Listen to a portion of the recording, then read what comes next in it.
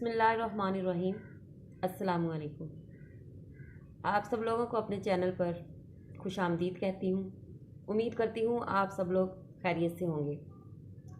नाजरीन, आज मैं अरब की एक माँ जिसने अपनी बेटी को रुखसत करते हुए उसको 10 वसीयतें की थी, मैं आज आपके साथ वो शेयर करना चाहती हूँ। और ये वो 10 नसीहतें हैं या वसीयतें हैं जो अगर आज के ज़माने में, आज के मॉडर्न दौर में हर माँ अपनी बेटी को रुखसत करते हुए ये 10 वसीयतें उसको करे तो उसकी बेटी अपनी ज़िंदगी खुशो खुरम तरीके से गुजार सकती है, खुशहाल तरीके से अपनी ज़िंदगी गुजार सकती है।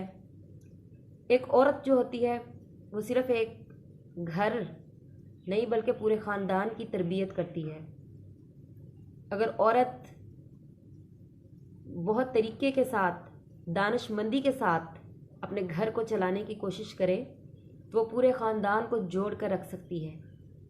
लेकिन अगर वही औरत बेरारवी का शिकार हो जाए या उसके दिल में वसवसे, नफ़रत, इस तरह की चीज़ें पैदा हो जाएं या समझदारी से वो अपना घर ना चलाए तो वो पूरे ख़ानदान को तोड़ फोड़ के रख सकती है, अलग अलग कर सकती है वो ख़ानदान के हर बंदे को। तो ये वो 10 वसीयतें हैं जो एक अरब की माँ ने अपनी बेटी को रुखसत करते हुए की थी, जो मैं आपके साथ शेयर करना चाहती हूँ। आपसे गुजारिश करती हूँ कि नए आने वाले लोग मेरे चैनल को लाइक करें, सब्सक्राइब करें, शेयर करें और साथ ही बेल आइकन के बटन को प्रेस कर दें ताकि मेरी आने वाली नई वीडियोज़ को आप देख सकें। तो ये जो 10 वसीयतें हैं वो मैं आपको सुनाने जा रही हूँ।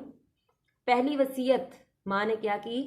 मेरी प्यारी बेटी, मेरी आँखों की ठंडक, शोहर के घर जाकर कनाअत वाली ज़िंदगी गुजारने का एहतमाम करना। जो दाल रोटी मिले उस पर राज़ी रहना, जो रूखी सूखी शोहर से खुशी के साथ मिल जाए वो उस मुर्ग पुलाव से बेहतर है जो तुम्हारे इसरार करने पर उसने नाराज़गी से दिया हो। बेटी, इस बात का ख्याल रखना कि अपने शोहर की बात को हमेशा तवज्जो से सुनना और उसको अहमियत देना और हर हाल में उनकी बात पर अमल करने की कोशिश करना। इस तरह तुम उनके दिल में जगह बना लोगी, क्योंकि असल आदमी नहीं, आदमी का प्यार होता है जो वो अपनी बीवी से करता है। तो दूसरी वसीयत माँ ने कहा, मेरी बेटी, अपनी जीनत और जमाल का ऐसा ख्याल रखना कि जब वो तुझे निगाह भर के देखे तो अपने इंतखाब पर खुश हो और सादगी के साथ जितनी भी मुकद्दर हो जाए खुशबू का एहतमाम ज़रूर करना। और याद रखना कि तेरे जिस्म व लिबास की कोई बू या कोई बुरी हैयत इसे नफ़रत व कराहत ना दिलाए। यानी कि आपका लिबास जो है वो पर्दे वाला, पाकीज़गी वाला होना चाहिए। यानी कि कोई ऐसा कोई आपका लिबास ना हो जिससे गैर मर्द भी आपकी तरफ मुतवज्जो हों और आपके शोहर को आपसे कराहत महसूस हो। तीसरी वसीयत उन्होंने की, मेरी बेटी, अपने शोहर की निगाह में भली मालूम होने के लिए अपनी आँखों को सुरमे और काजल से हुस्न देना, क्योंकि पुरकशिश आँखें पूरे वजूद को देखने वाले की निगाहों में जचा देती हैं। गुस्ल और वज़ू का एहतमाम करना कि ये सबसे अच्छी खुशबू है और नज़ाफ़त का बेहतरीन ज़रिया है। चौथी वसीयत, प्यारी बेटी, उनका खाना वक़्त से पहले ही एहतमाम से तैयार रखना, क्योंकि देर तक बर्दाश्त की जाने वाली भूख भड़कते हुए शोले की मानिंद होती है और उनके आराम करने और नींद पूरी करने के औकात में सुकून का माहौल बनाना, क्योंकि नींद अधूरी रह जाए तो तबीयत में गुस्सा और चिड़चिड़ापन पैदा हो जाता है। कितनी प्यारी बात कही है माँ ने कि एक बीवी का फ़र्ज़ है वो अपने शोहर के लिए टाइम से खाना तैयार करे एहतमाम के साथ, और जब वो आराम कर रहा हो, सारा दिन का थका हारा शोहर घर में आए आराम करने की नीयत से वो लेटो, तो ये नहीं है कि या तो वो खुद बर्तन पटक पटक कर मार रही है या ऊंची आवाज़ से शोरगुल कर रही है या फिर बच्चे आउट ऑफ कंट्रोल हो रहे हैं या बच्चों के साथ शोरगुल है। यानी कि उसकी आराम का और उसकी नींद का पूरा ख्याल रखा जाए। पांचवी वसीयत माँ ने अपनी बेटी को कही, बेटी, उनके घर और उनके माल की निगरानी, यानी उनके बग़ैर इजाज़त कोई घर में ना आए और उनका माल लुग़वियात और फजूल नुमाइश और फैशन में बर्बाद ना करना, क्योंकि माल की बेहतर निगहदाश्त हुस्न इंतज़ाम से होती है और अहलो अयाल की बेहतर हिफाजत हुस्न तदबीर से होती है। यानी कि जब शोहर घर में मौजूद नहीं है तो उसकी गैर मौजूदगी में किसी को भी, किसी गैर को घर में आने की इजाज़त ना दी जाए और घर में जो कोई भी आता है अपने घर का पूरा ख्याल रखें, क्योंकि जो कुछ घर में आपकी सपुर्दगी में छोड़ के जाते हैं आपके हस्बैंड, वो आपकी जिम्मेदारी है। उसको हिफाजत के साथ रखना बीवियों की जिम्मेदारी है। छठी वसीयत माँ ने की, बेटी उनकी राजदार रहना, उनकी नाफरमानी ना करना, क्योंकि उन जैसे बारोब शख्स की नाफरमानी जल्दी पर तेल का काम करेगी, और तुम अगर इसका राज औरों से छुपा कर ना रख सकी तो इसका एतमाद तुम पर से हट जाएगा और फिर तुम भी उसके धोखेपन से महफूज नहीं रह सकोगी। इट्स मीन कि आज के ज़माने में बहुत सी अच्छी आदत भी होती हैं और बहुत सी बुरी आदत भी होती हैं। बीवी को अपने शोहर की राजदार रहना चाहिए। अगर वो उसके हर सीक्रेट को अपना सीक्रेट बना कर रखेगी, उसकी हर बुराई को अपनी बुराई समझेगी, यानी कि ये अगर मैं किसी को बताऊंगी तो इसमें मेरी इंसल्ट है, मेरी बेइज्जती है इसमें, अगर मैं अपने शोहर की कोई गलत हरकत है या कोई उसका राज है मैं लोगों को बताती फिरूंगी, तो ये बहुत बैड मैनर्स में शामिल होता है और ये बहुत बुरी बात है।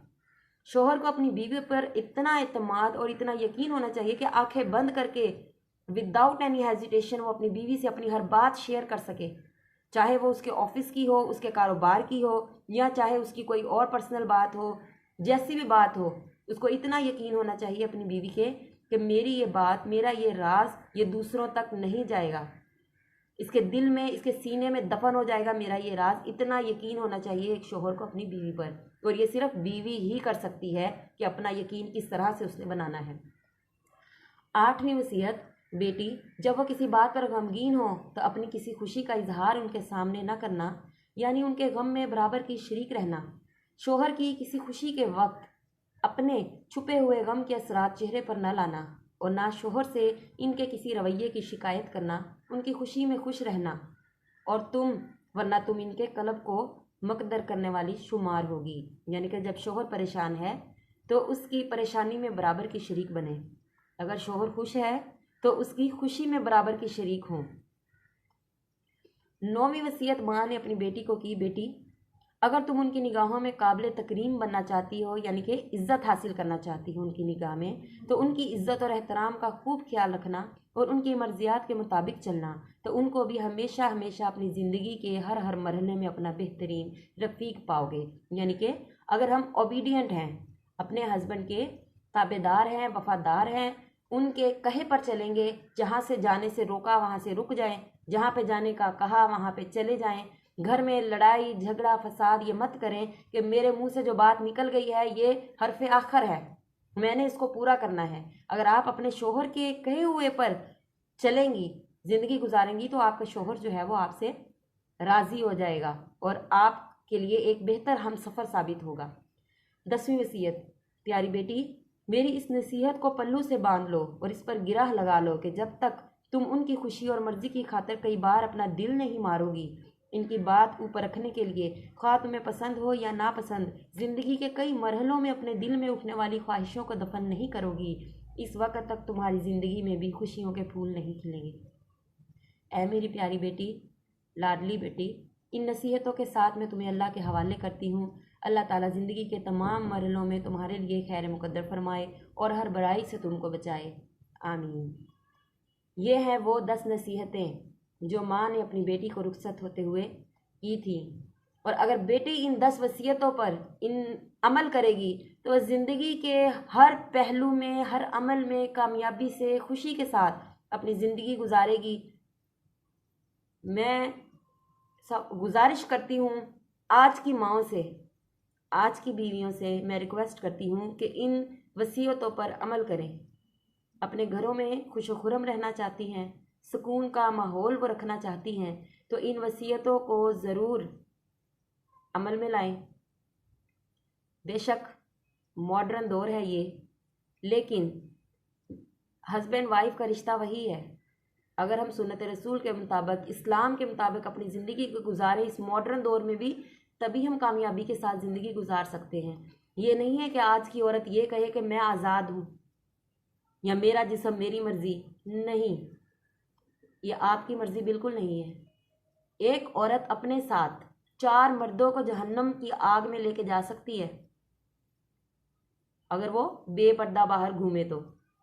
ये औरत के सर पे ही डिपेंड करता है कि किस तरह से वो अपनी ज़िंदगी में खुशियाँ लाना चाहती है या अपनी ज़िंदगी में वो परेशानियाँ लाना चाहती है। तो मैं गुजारिश करती हूँ तमाम बहनों से कि वो अपने घर को अगर खुशगवार रखना चाहती हैं, माहौल को खुशगवार रखना चाहती हैं, अपनी नस्ल की अच्छी तरबियत करना चाहती हैं, तो अपनी बेटियों की ख़ास तौर पर तरबियत इस तरीके से करें कि आज के मॉडर्न ज़माने में भी वो अपनी ज़िंदगी कामयाबी से गुजार सकें।